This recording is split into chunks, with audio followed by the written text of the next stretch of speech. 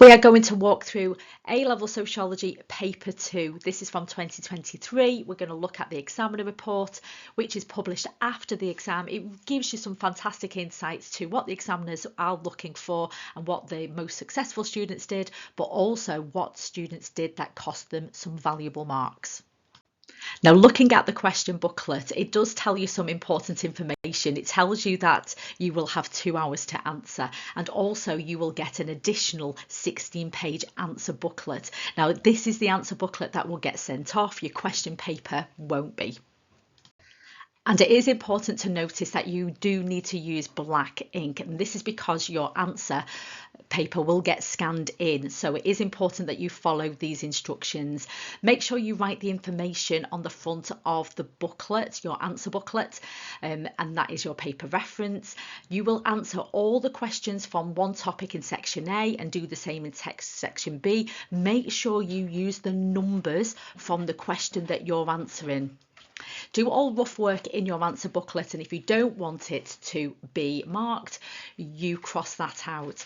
Now, it does tell you the maximum amount of marks for this paper is 80, so that's 40 marks for section A and 40 marks for section B. And because they are all 10 marker or 20 mark questions, your answers should be in continuous prose. Write like they are mini essays or essay style questions. Now, based on this examiner report, I've put some additional information and guidance just so you know exactly what you should be doing when answering these styles of questions.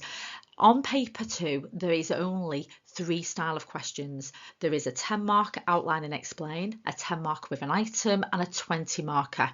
Now, focusing on the 10 markers, you don't need an intro and conclusion. The word to is important, it's put in bold, and that is telling you that you only require 2 paragraphs. It is useful to start each paragraph with one way is, one reason is, and so on, whatever the question's asking, or do your next paragraph on a new line. Make it really obvious to the examiner that you are answering what they are asking for.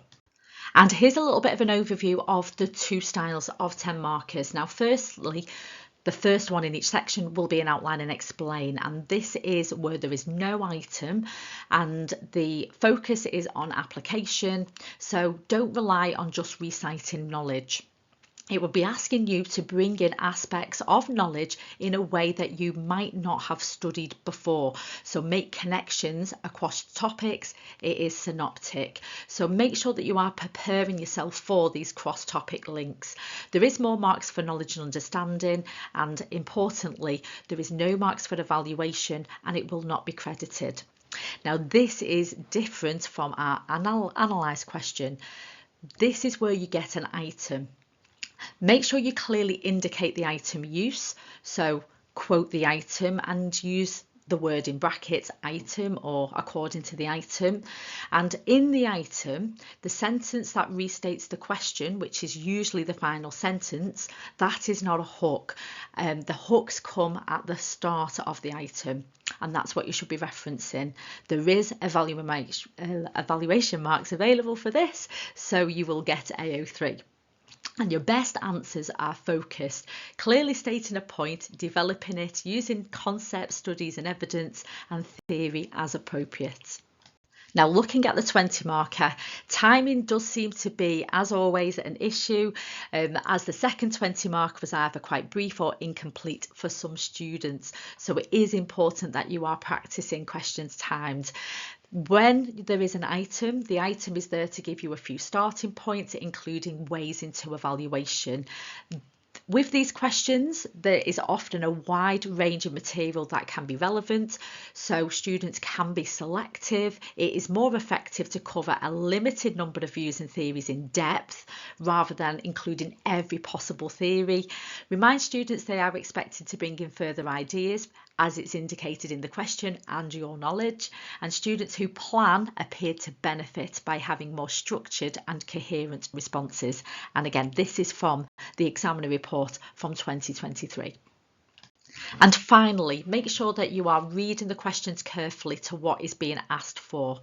The quality of knowledge and understanding of this paper from 2023 did vary considerably, and it is important to remind you that you will be given credit for concepts, theories, research findings, names of sociologists and so on. Make sure that you are using the mark schemes for suggestions about who you could write about and the viewpoints that you could be given. Knowing some sociologists do help students to structure their answers. I've said it before, knowing every single sociologist's names is not feasible for students, but making sure that they know some is really important. Wording such as some sociologists argue are used in the item, and that is telling students that they should develop the knowledge by either naming a sociologist or linking it to a theory, and not using some sociologist in their answers. And finally, evaluation, as always, is still the most challenging skill. The most successful weighs up the strengths and weaknesses of the theory, the viewpoint that is being given, and reaches a reasoned judgment. And this gains more credit than something that is learned or a statement without explanation, or that two theories are different, which often then leads to juxtaposition. So starting off with Section A, I'm going to go through family and households, as this is one of the more popular topics. If you do study one of the other topics and you want me to go through that, I will do. Now, in this section, you should be spending 1 hour, 15 minutes on each of the 10 markers, and then 30 minutes on the 20 marker. So starting with question 4, remember, you don't need to have an intro and conclusion. It's just 2 clear paragraphs, and there is no marks for evaluation. And this is asking you for 2 ways that social change may affect patterns of marriage, and you've got to make the connection between the two, showing how social change and explaining what that might be and how it has led to a change in the patterns of marriage. And you could have talked about a range of different social changes, such as declining stigma, change in social attitudes towards divorce, for example, decline in religion, secularisation, and as a result, this has led to higher rates of remarriages and serial monogamy.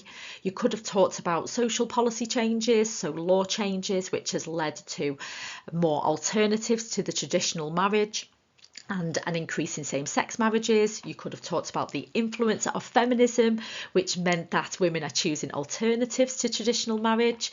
And remember, there is marks available for AO3, but it comes from analysis.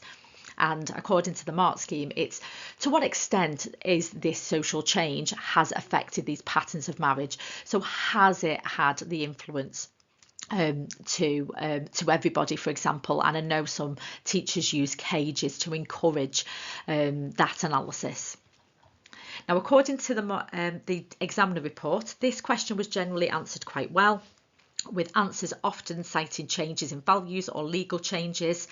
However, some did not explicitly state what the change to the pattern of marriage was, even though it was usually implicit from the context. So the second question in section A will be question 5, and it is one with an item, and it tells you 3 times that you've got to use the item, and what you're looking for in the item is the word after the 2. In this case is features of globalisation. Make sure that you are reading the question carefully, because you need to link it back to that, e.g. how is it affecting domestic labour in the UK? Remember, no intro or conclusion, just your 2 clear paragraphs. So what you are looking for in the item here is things like globalisation has increased movement of people. So this has led to an increase in the availability of migrant workers, which is then helping with childcare and housework. Technological changes could link into a range of labour saving devices that then reduces the time spent on domestic labour, and you can analyse this by to what extent has globalisation affected this domestic labour patterns. So according to the examiner report, some students actually didn't approach this as a family and household question, focusing more on employment or taking domestic as the opposite of foreign. Most were able to draw on the item to develop the points about migration and household appliances, but the best answers developed these ideas through a gendered division of labour analysing the impact on conjugal roles. And then you can then develop and suggest that actually some couples do still have more of a traditional gendered labour patterns, whereas other couples tend to share the domestic tasks. To what extent is that happening could come part of your AO3 analysis. And then finally, question 6 is your 20 markers, and you will have 30 minutes to answer this question. Make sure you are reading this question carefully and also use the item. You should be drawing your knowledge from this. It gives you some hints and tips, but make sure that you are going beyond this as well. Evaluations should be critical, not just opposing views, and end your answer with a distinct conclusion.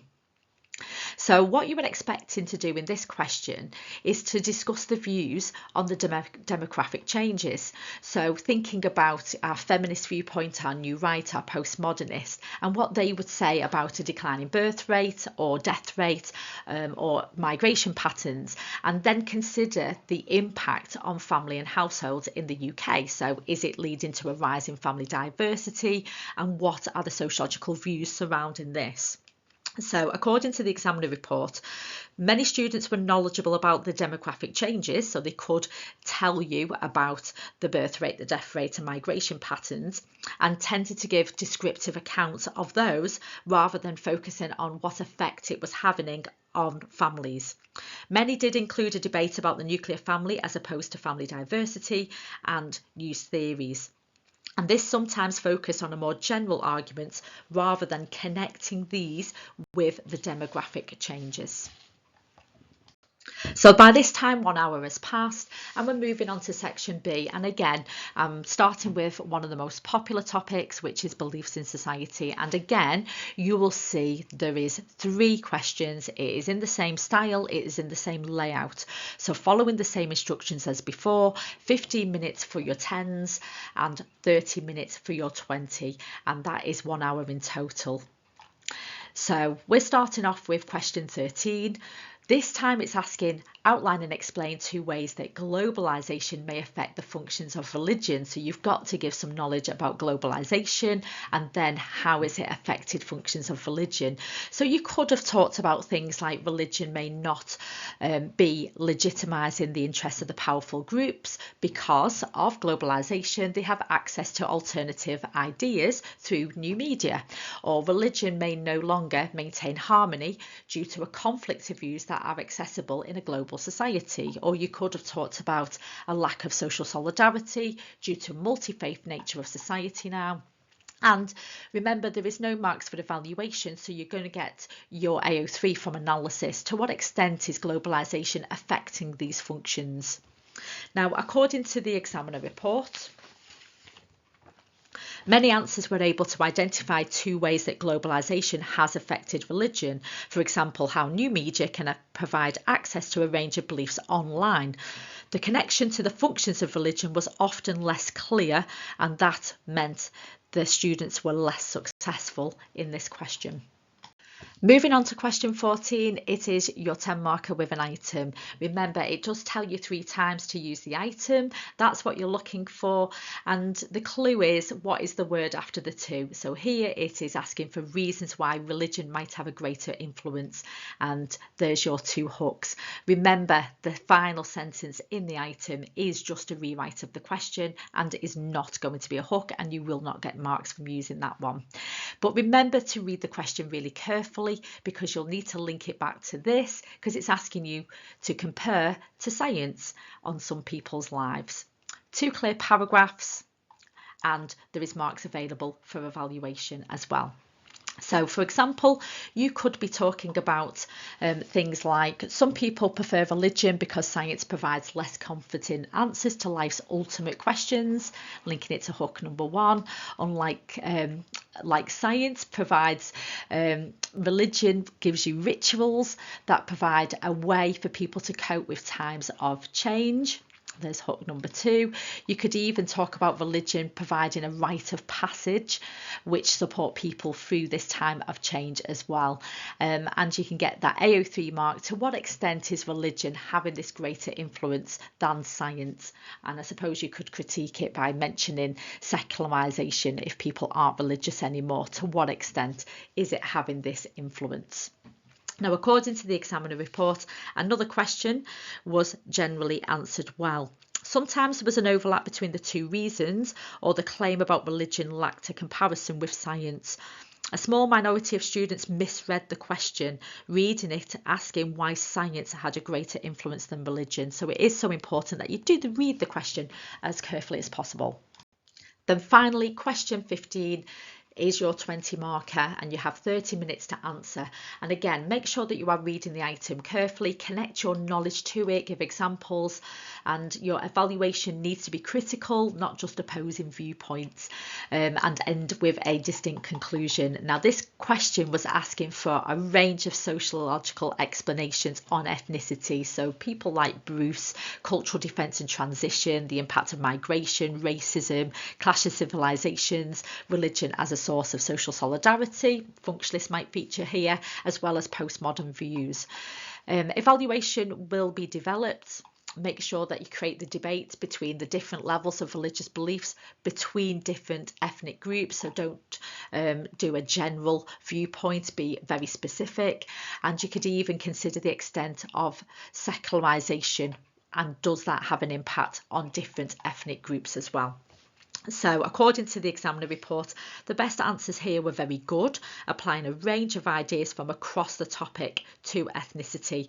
Some answers were brief, possibly because it was being answered last and students had ran out of time, and others drifted from the question to, for example, a general discussion of secularisation.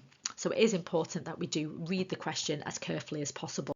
So massive thank you for watching. Make sure that you click like, share, comment, save it, and also check out, I am on TikTok, The Teacher Sociology, as I am doing more daily updates in terms of exam skills and exam practice.